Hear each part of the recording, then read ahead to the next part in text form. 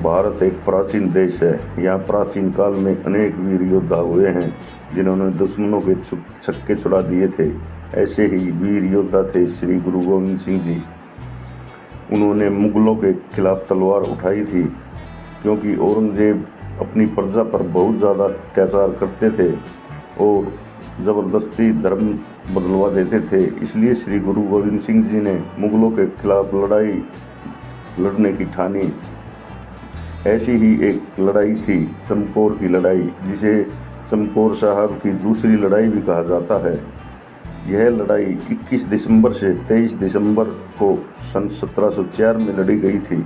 इस लड़ाई का नेतृत्व गुरु गोविंद सिंह जी कर रहे थे और मुगल सेना का नेतृत्व वजीर खान कर रहे थे। इस लड़ाई का मकसद था गुरु गोविंद सिंह जी को पकड़कर फांसी देना। वे इस मकसद में कामयाब नहीं हो सके। इस लड़ाई में गुरु गोविंद सिंह जी के दो बेटे अजीत सिंह जी और जुझार सिंह जी और 34 सिंह सैनिक शहीद हो गए थे। इस लड़ाई में गुरु गोविंद सिंह जी और उनके 6 साथी बच गए थे। इस लड़ाई का वर्णन गुरु गोविंद सिंह जी ने जाफरनामा में किया है।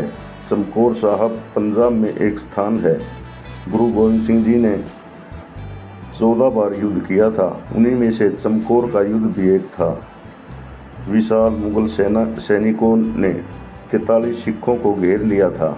जरा सोच कर देखिए, आपको इतनी सेना घेर ले तो क्या हाल होगा। गुरु गोविंद सिंह जी 20 दिसंबर की रात को आनंदपुर साहिब छोड़कर शाम को चमकौर पहुँचे थे और उनके पीछे विशाल मुगल सेना भी, जिसका नेतृत्व वजीर खान कर रहे थे, 22 दिसंबर की सुबह चमकौर पहुँच गए थे। गुरु गोविंद सिंह जी और उनके साथी थके हुए थे और वे सुरक्षित जगह की तलाश कर रहे थे ताकि वे आराम कर सकें। चमकौर में एक हवेली में उन्हें ठहरने के लिए जगह मिल गई और वे आराम करने लगे।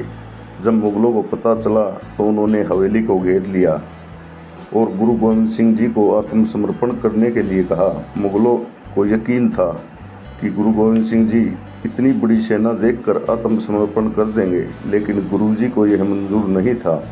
गुरुजी ने अपने साथियों को छोटे छोटे समूह में बाहर भेजा। उन्होंने तलवार, तीर और भालों से मुगल सेना का डटकर मुकाबला किया और आधी से ज़्यादा मुगल सेना को काट डाला। इसी दौरान गुरुजी के 2 बेटे बहादुरी से लड़ते लड़ते शहीद हो गए। जब मुगल युद्ध में केवल 11 सैनिक बच गए तो उन्होंने खालसा की शपथ ली, जिसके अनुसार गुरु को अपने 5 शिष्यों की सलाह मानकर वहां से बाहर जाना पड़ता है।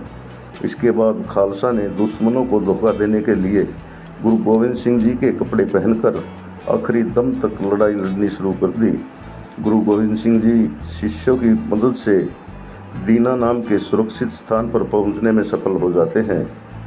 चमकौर की यह लड़ाई यह बात सिद्ध करती है कि मुगल सेना कितनी कायर और कमज़ोर है।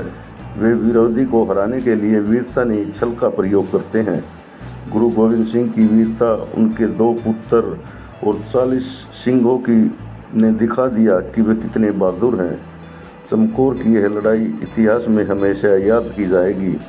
बोले सो निहाल, सत श्री अकाल।